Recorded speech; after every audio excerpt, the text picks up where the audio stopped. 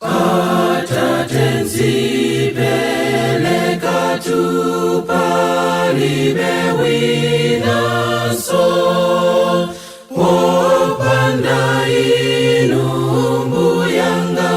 ndizakakutiko endikulupilira yewo ndifela ine anapeleka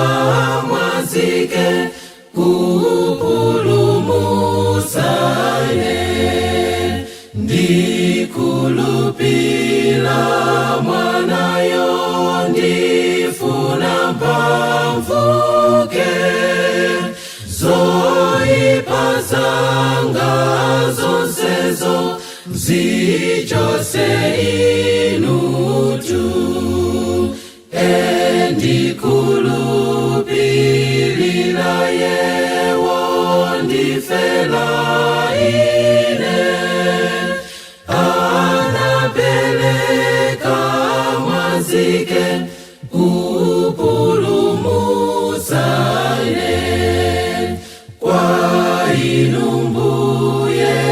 mwini wa chikulupiliro ndipase mpaso yanuyo ndingafe ntimanga endikulu